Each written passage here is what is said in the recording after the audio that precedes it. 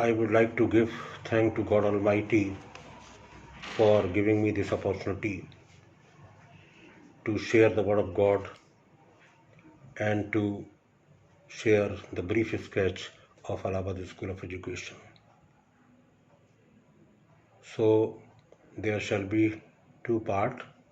The first part will be devotion and the second part will be brief sketch of Allahabad School of Education. I want to extend my thanks to Professor Dr. Sister Marian Matthew and Dr. Samla Masih and all the faculty members and students. Today for our meditation I have chosen the text from the Bible, Psalm chapter 1 verses beginning 1 to 3। भजन संहिता उसका पहला अध्याय और उसके पहले 3 वचन, जहाँ इसे लिखा है, क्या ही धन्य है वो पुरुष जो दुष्टों की युक्ति पर नहीं चलता और न पापियों के मार्ग में खड़ा होता और न ठट्टा करने वालों की मंडली में बैठता है, परंतु वो तो यहोवा की व्यवस्था से प्रसन्न रहता और उसकी व्यवस्था पर रात और दिन ध्यान करता रहता है। वो उस वृक्ष के समान है जो बहती नालियों के किनारे लगाया गया और अपनी ऋतु में फलता है और जिसके पत्ते कभी मुरझाते नहीं, इसलिए जो कुछ भी वो पुरुष करे वो सफल होता है। हम लोग दुआ करें। पिता परमेश्वर, हम आपका धन्यवाद देना चाहते हैं इस समय के लिए। धन्यवाद देते हैं प्रभु इस सुंदर वचन के लिए। जब हम इस पर मनन करते हैं, पवित्र आत्मा की सहायता चाहते हैं पिता, ताकि खुदाबंद इस वचन को हम आपकी पवित्र मर्जी के अनुसार समझ सकें। और प्रभु जी, ये हम सब के लिए एक बड़ी आशीष का समय हो।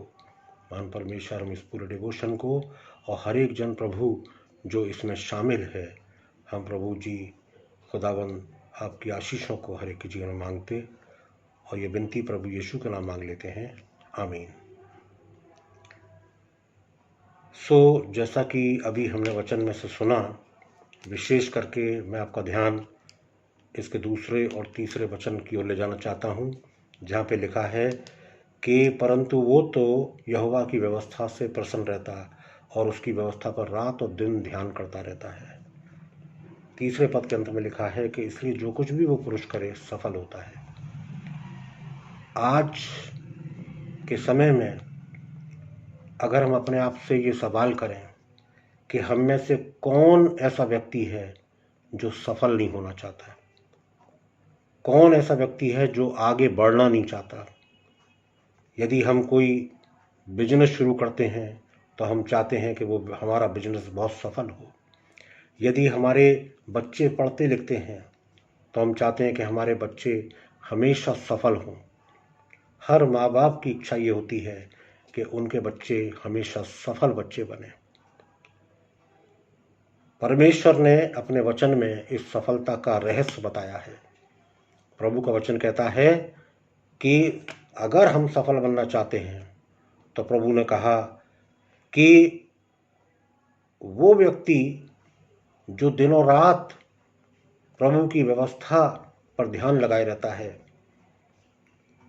वो उस वृक्ष के समान है जो बहती नालियों के किनारे लगाया गया और अपनी ऋतु में फलता है और जिसके पत्ते कभी मुरझाते नहीं। वचन कहता है इसलिए ऐसा पुरुष जो कुछ भी करता है उसमें वो सफल होता है। परमेश्वर ने अपने वचन में कहा है कि फर्स्ट सीक माई किंगडम, पहले मेरे धर्म और राज की खोज कर। वो उसका ये प्रॉमिस है कि बाकी सारी चीज़ें तुझे मिल जाएंगी। कई बार जब हम संसार को पाना चाहते हैं, जब हम संसार की वस्तुओं को पाना चाहते हैं और अपने सृष्टिकर्ता को हम पिछले स्थान में रखते हैं, तो अक्सर करके हमें सफलता हाथ नहीं लगती। लेकिन यदि हम परमेश्वर के वचन को पहला स्थान देते हैं तो परमेश्वर जो है अपने वायदे में कभी पीछे नहीं हटता। जितनों ने उसके राज्य को खोजा, जितनों ने प्रभु को खोजा, उन्हें अपने जीवन में सफलता मिली। आइए हम बाइबल से 2 एग्जाम्पल देखना चाहते हैं। जहाँ पे कि खुदा का कलाम हमें बताता है कि वो लोग जो इसी संसार में रहे और हमारे समान सुख दुख भोगी मनुष्य थे, उन्होंने जब अपने जीवन के अंदर पहला स्थान परमेश्वर को दिया, परमेश्वर के वचन को दिया, तो किस प्रकार से उनका जीवन आशीष में जीवन हुआ। उसमें पहला नाम आता है यूसुफ का। हम जो मसीह बच्चे हैं वो इस बात को जानते हैं यूसुफ के बारे में। ये एक ऐसा चरित्र है जो बहुत ही फेमस है, बहुत ही पॉपुलर है। ये 17 वर्ष का था और ये बुराई से अलग रहता था और परमेश्वर के साथ साथ चलता था। इसके जीवन में बहुत कठिनाइयाँ आईं, इसके जीवन में बहुत समस्याएं आईं। इसके अपनों ने इसको हर प्रकार से धोखा दिया। ये भाइयों के द्वारा जो है नफरत का शिकार हुआ, लेकिन हम देखते हैं कि इसका रिश्ता जो है वो अपने जीवित परमेश्वर से कभी भी नहीं टूटा। कभी ये हताश नहीं हुआ, कभी ये निराश नहीं हुआ। बहुत कठिन परीक्षाओं का इसने सामना किया, लेकिन वचन बताता है कि ये हर परीक्षा में खरा उतरा, सफल हुआ। और यहाँ तक कि इसके भाइयों ने इसको गड्ढे में डाल दिया ताकि ये भूख से मर जाए। उन्होंने इसको दास के रूप में बेच दिया ताकि इसका जीवन जो है वो दासत्व में चला जाए। और ये कारागार में रहा झूठे आरोप में, और तरह तरह से परमेश्वर ने इसको परखा। लेकिन वचन बताता है कि परमेश्वर चाहे ये गड्ढे में रहा हो, चाहे ये दास के रूप में बेचा गया हो या कारागार में रहा हो, लेकिन परमेश्वर इसके साथ था। और इसलिए हम देखते हैं कि ये यूसुफ एक दिन मिस्र का प्राइम मिनिस्टर बनता है। परमेश्वर ने इसको ख्याति दी, इसको एक ऐसा ओहदा दिया कि ये अपनी उस पोजीशन को पा करके, उस पावर को प्राप्त करने के बाद भी इसमें नम्रता बनी रही।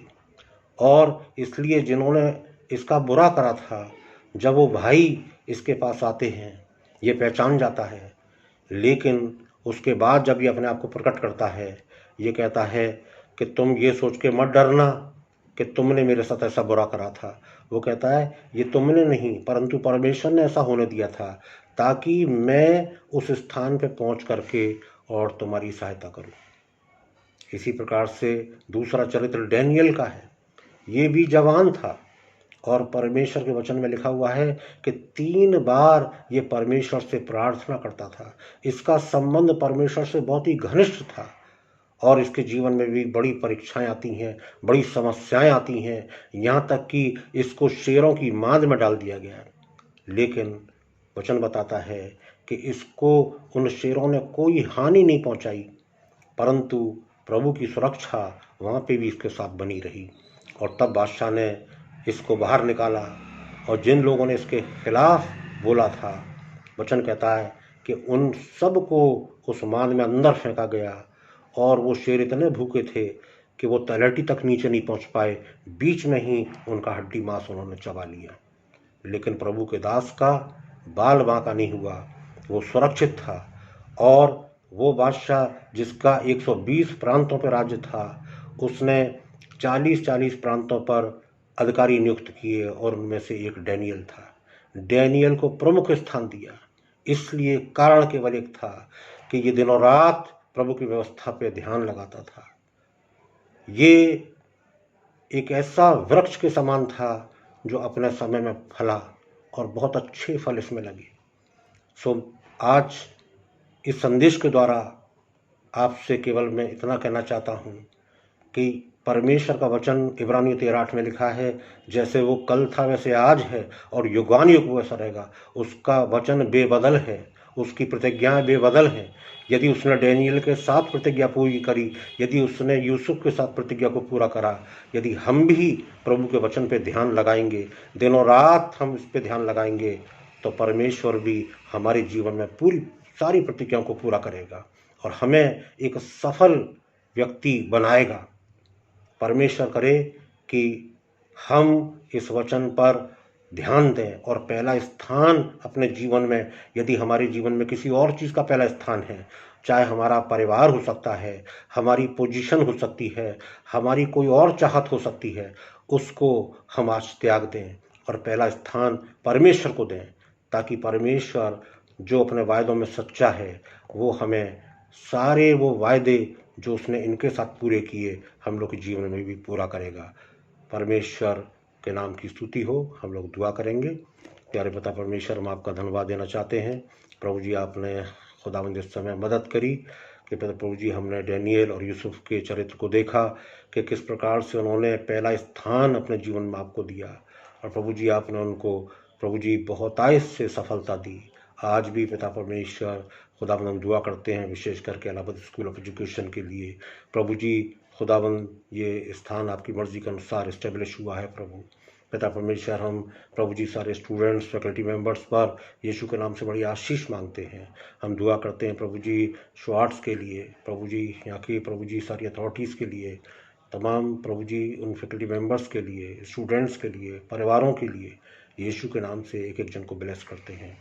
बाकी के समय में निरंतर आपका अनुग्रह चाहते और ये विनती प्रभु यीशु के नाम मांग लेते हैं। आमीन। परमेश्वर का धन्यवाद हो कि प्रभु ने हमें ये अनुग्रह दिया कि हम लोगों ने परमेश्वर के वचन में से देखा। अब हम लोग दूसरे हिस्से की ओर चलेंगे, जिसमें कि एक हम brief sketch of Allahabad school of education के बारे में बातचीत करना चाहेंगे। जैसा कि हम जानते हैं कि Allahabad school of education, department of teacher education जो है वो सन 2002 13 सितंबर को हम लोगों को रिकॉग्निशन लेटर मिला एनसीटी से, और उसके बाद इसका इनॉग्रल जो है वो 4 अक्टूबर को तय हुआ 2002 में, और ये इनॉग्रल जो है इंजीनियरिंग हॉल में हुआ था। और उस समय जो है वो लोग जो यहाँ पर कार्यरत थे, जो पहले फाउंडिंग मेंबर्स थे, वो लोग यहाँ पे मौजूद थे। उसमें डॉक्टर मिसेस जमन जो कि हेड हुआ करती थी डिपार्टमेंट ऑफ टीचर एजुकेशन की, और chairman sir late Shri Mani Jacob ji, और वर्तमान ऑनरेबल वाइस चांसलर सर उस प्रोग्राम में मौजूद थे, और बाकी सारे फैकल्टी मेंबर्स थे। और बहुत अच्छी तरीके से इसका इनॉग्रल हुआ, और उसके बाद ये प्रोग्राम आरंभ हुआ, और उस समय 100 सीटें हुआ करती थीं।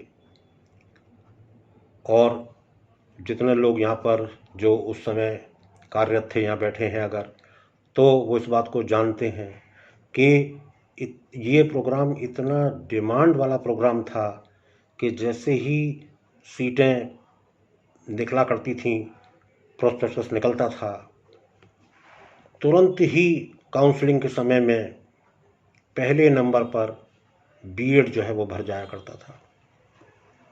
और इस बीएड को स्टार्ट करने के लिए मैं इसका थोड़ा सा इतिहास आपको बता देना चाहता हूँ कि सन 2015 मार्च को जब यूनिवर्सिटी डिक्लेयर हुई, उस समय ऑनरेबल वीसी सर के मन में परमेश्वर ने इस बात को डाला कि इस यूनिवर्सिटी में एक डिपार्टमेंट हो जो एजुकेशन का हो, और उन्होंने इसको उस डॉक्यूमेंट के अंदर जो उन्होंने गवर्नमेंट ऑफ इंडिया में जमा करा था उस प्रपोज़ल में इसको रखा, और उन्होंने खुद इस चीज़ को मुझको दिखाया। और उसके जमा होने के उपरांत जो है, जब ये डीम्ड यूनिवर्सिटी डिक्लेयर हो गई, सर ने कहा कि स्टीफन बीएड कॉलेज को इस्टेब्लिश करना होगा। और उस समय परमेश्वर ने वचन के द्वारा मेरा मार्गदर्शन करा, और यही आयतें जो नीति वचन 3, 5 और 6 में लिखा है कि अपनी समझ का सहारा मत लेना, वरन संपूर्ण मन से यहोवा पे भरोसा रखना, उसी को स्मरण करके सब काम करना, तब वो तेरे लिए सीधा मार्ग निकालेगा। परमेश्वर ने यह अनुग्रह करा कि मैंने ग्राउंड वर्क किया, मैंने जाकर के कई कॉलेजों से संपर्क करा जो पहले से बीएड के लिए एनसीटी में ट्राई कर रहे थे। उसमें ईसीसी था, प्रयाग महिला विद्यापीठ था, केपी ट्रेनिंग कॉलेज था और भी कॉलेजेस थे। और मैं जाके वहाँ प्रिंसिपलों से मिला, उनसे बातचीत करी और मैंने उनकी सहायता मांगी कि किस प्रकार से प्रपोज़ल को तैयार करना है। और मैं धन्यवाद देना चाहता हूँ आज के दिन विशेष करके डॉक्टर आर सिंह सर का, जिन्होंने बहुत ही सहयोग करा, क्योंकि एक इंटरनल इंस्पेक्शन कमेटी बनी थी और उसमें वो मौजूद थे, मैं था और उस समय डॉक्टर हर्बर्ट जो रजिस्ट्रार हुआ करते थे और जो डॉक्टर शेफर्ड थे वो भी इसमें मौजूद हुआ करते थे। और इस इंटरनल टीम ने जो है वो कंटिन्यूसली वर्क करा और कुछ समय के बाद ये प्रपोज़ल बनाया गया और सन 2001 में इसको एनसीटी में जमा कर दिया गया। और परमेश्वर का धन्यवाद हो कि बड़ी ही आसानी से, बड़ी सरलता से, बिना किसी विघ्न और बाधा के जो है हमने 2002 में 13 सितंबर को रिकॉग्निशन ऑर्डर ले लिया। और उसके बाद जो है जब इसको स्टार्ट करने की बारी आई, मैं उस समय यहाँ पर as a incharge department of teacher education होता था और मैंने जो है ये चाहा कि एक तजुर्बेकार यहाँ पर आकर के इस डिपार्टमेंट को लीड करे, चलाए। और तब मैंने जो है लोगों से संपर्क करा जो एजुकेशन में थे और मैं लेट रेवरेंड तिमोथी के पास गया कि सर बीएड कॉलेज हम लोग को स्टार्ट करना है, क्या आप वहाँ पे आ सकते हैं। उन्होंने कहा कि मैं ईसीसी में पढ़ा रहा हूँ और उन्होंने मिसेस जमन के पास मुझे भेजा और मिसेस जमन ने बड़ी सहर्ष इसको स्वीकार करा और कहा कि ठीक है। और तब जो है सर से बात हुई, उसके बाद वो यहाँ पर आई एज ए हेड और बहुत सुंदर तरीके से इस बीएड प्रोग्राम को शुरू करा गया। और तमाम फाउंडिंग मेंबर्स जो उस समय 7-8 लोगों की टीम होती थी और वो लोग थे और हम लोगों ने एक्सटेंशन एक डिपार्टमेंट है वहाँ से इस काम को आरंभ किया। और जिस बिल्डिंग में आज बीएड कॉलेज चल रहा है, 2002 और 3 का जो बैच था उसने श्रमदान दिया यहाँ की फाउंडेशन में और परमेश्वर ने इस स्थान को ब्लेस किया। और तब हम लोग कई जगह बीएड को लेकर घूमे और फाइनली हमारी अपनी बिल्डिंग में जो है वो बीएड आ गया। परमेश्वर का मैं धन्यवाद देना चाहता हूँ कि आज के दिन 19 साल बीएड को चलते हुए पूरा हो गए और परमेश्वर ने ये हम लोगों को समझ दी कि हम और भी प्रपोजल्स को बनाएं और इसलिए हम लोगों ने एमएड का प्रपोजल बनाया, एडिशनल बीएड का प्रपोजल बनाया और बीपीएड का प्रपोजल बनाया। और परमेश्वर का मैं धन्यवाद देता हूँ कि 2006 में परमेश्वर ने ये तीनों चीज़ें हम लोग को दी, जिसमें एडिशनल बीएड, एमएड और बीपीएड प्रोग्राम हम लोग लेकर आ सके। और परमेश्वर का धन्यवाद हो कि आज हज़ारों स्टूडेंट जो हैं वो यहाँ से पास आउट होकर निकल गए, तमाम विभिन्न जगहों पे अच्छे जॉब कर रहे हैं और ढेरों फैकल्टी मेंबर्स जो हैं वो यहाँ पर आकर के उन्होंने ज्वाइन करा। और मैं परमेश्वर का धन्यवाद देता हूँ, मेरा हृदय धन्यवाद से भरा हुआ है कि जो पौधा कभी विश्वास से लगाया था और केवल इसी बात को लेकर लगाया था कि हे प्रभु, यदि ये बीएड कॉलेज हम लोग को मिलेगा तो सबसे पहला काम जो इस बीएड कॉलेज में होगा वो ये होगा कि ये टीचर अपना सब्जेक्ट तो पढ़ेंगे ही पढ़ेंगे, लेकिन इसके साथ साथ वो सत्य के ज्ञान को यानी प्रभु यीशु मसीह की शिक्षा को भी लेंगे। और इसलिए हम अपने कार्य को बीएड को हम डिवोशन से आरंभ करेंगे।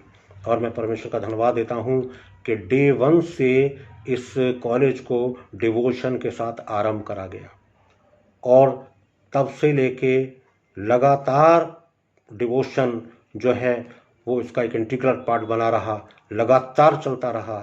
और आज पूरी यूनिवर्सिटी में मैं परमेश्वर का धन्यवाद देता हूँ कि तमाम डिपार्टमेंटों में ये डिवोशन चला गया। एक छोटा सा काम जो हम विश्वास से आरंभ करते हैं, प्रभु की अगुवाई में आरंभ करते हैं, यकीन कर लीजिए कि जब परमेश्वर का हाथ उसमें होता है तब उसकी सफलता को कोई रोक नहीं सकता।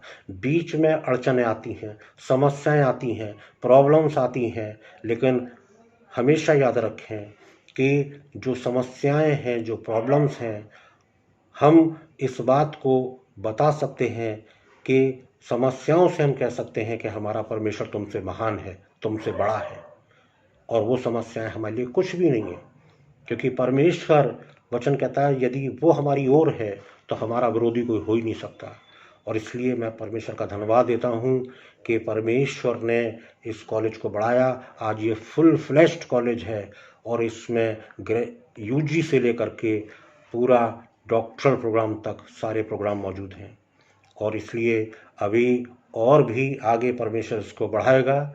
और मेरी शुभकामनाएं आज के दिन जो है वो सारे फैकल्टी मेंबर्स के साथ में हैं, और मैं साथ ही साथ यहाँ की टीम को, यहाँ के लीडर्स को, खास करके सिस्टर मेरियन मैथ्यू को, श्यामला मसीह को और तमाम फैकल्टी मेंबर्स को धन्यवाद देना चाहता हूँ कि आज का ये फाउंडेशन डे जो है, जिसमें हम 20वें साल में प्रवेश कर रहे हैं, परमेश्वर को पहला स्थान हमेशा दीजिएगा।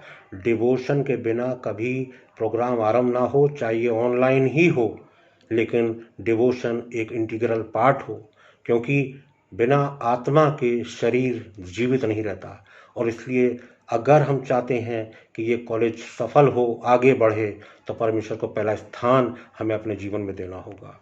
इन्हीं शब्दों के साथ मैं परमेश्वर का धन्यवाद देता हूँ कि परमेश्वर ने ये अनुग्रह दिया कि आज हम लोगों ने ये सेलिब्रेशन कर रहे हैं, और आगे के और भी कार्यक्रम होंगे। प्रभु आप सबके साथ हो, और मेरी शुभकामनाएं हमेशा आपके साथ हैं। जय प्रभु यीशु।